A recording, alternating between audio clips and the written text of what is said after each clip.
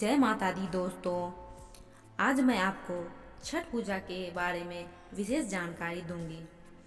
छठ पूजा में कौन कौन सी सामग्री प्रयोग की जाती है, छठ पूजा कैसे किया जाता है तथा 4 दिन तक चलने वाले इस महापर्व में कौन से दिन कौन सा व्रत किया जाता है। कार्तिक मास की कृष्ण पक्ष की चतुर्थी तिथि से छठ महापर्व शुरू हो जाता है। इसे सूर्य षष्ठी व्रत भी कहा जाता है।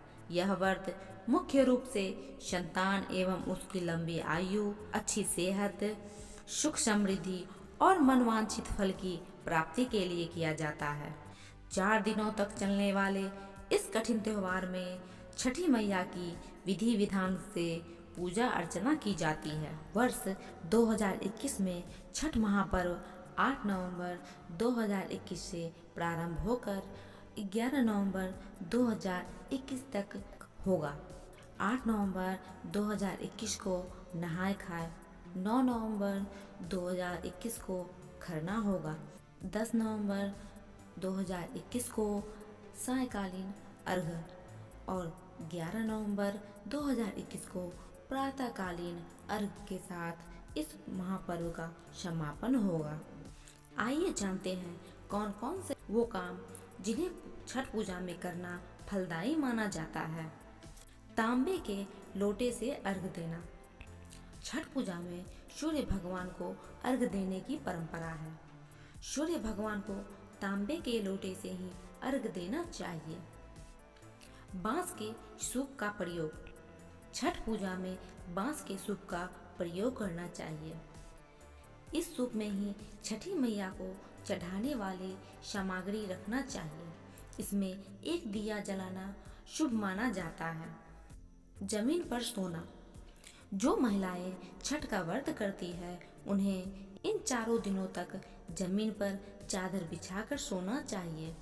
इन दिनों व्रती महिला को पलंग या तख्ती पर भूल कर भी नहीं सोना चाहिए।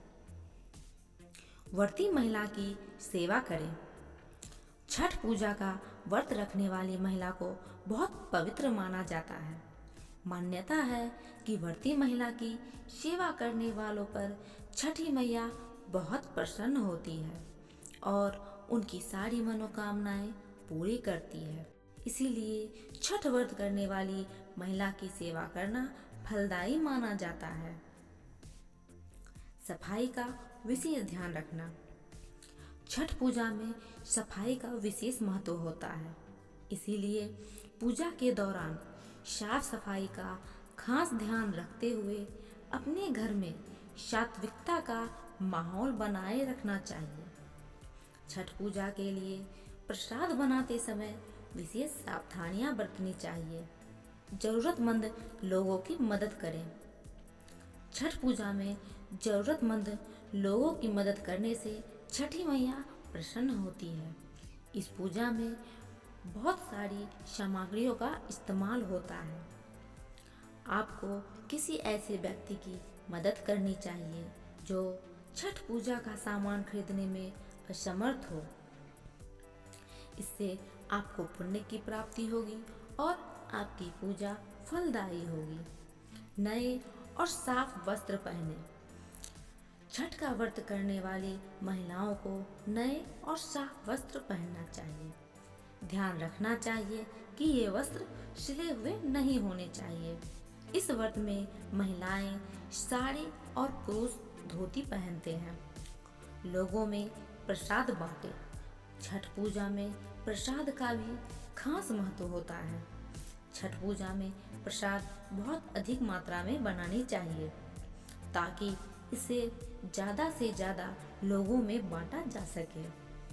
माना जाता है छठ का प्रसाद लोगों में बांटने से छठी मैया प्रसन्न होती है। आइए जानते हैं छठ पूजा में प्रयोग होने वाली सामग्री। दोस्तों, इस सामग्री को अच्छे से नोट कर ले आप, ताकि बाजार जाते समय कोई भी चूक ना हो पाए।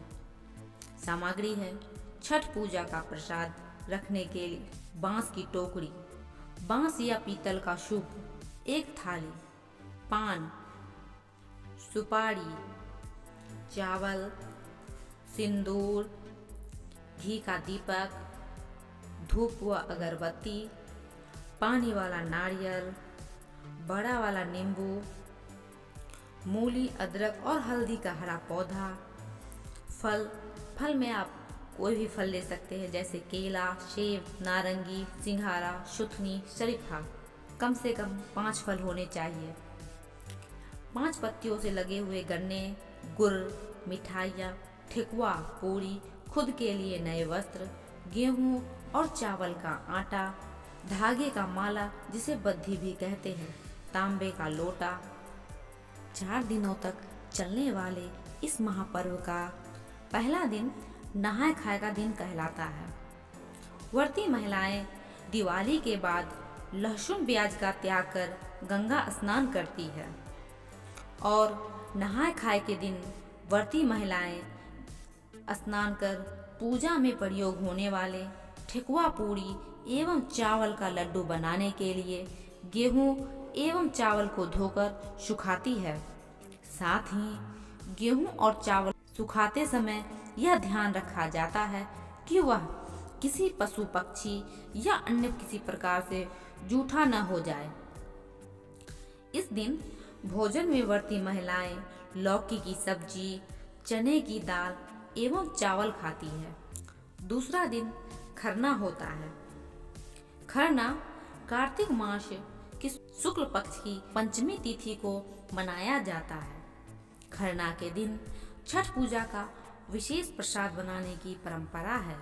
इस दिन व्रती महिलाएं सुबह स्नान करके साफ सुथरे वस्त्र धारण करती है और नाक से माथे के मांग तक सिंदूर लगाती है।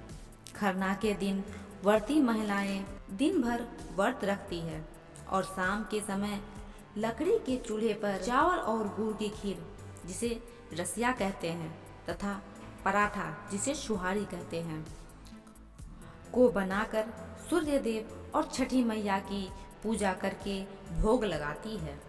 उसके बाद व्रती महिलाएं इस प्रसाद को ग्रहण करती है। उनके खाने के बाद ही ये प्रसाद घर के बाकी सदस्यों में बांटा जाता है।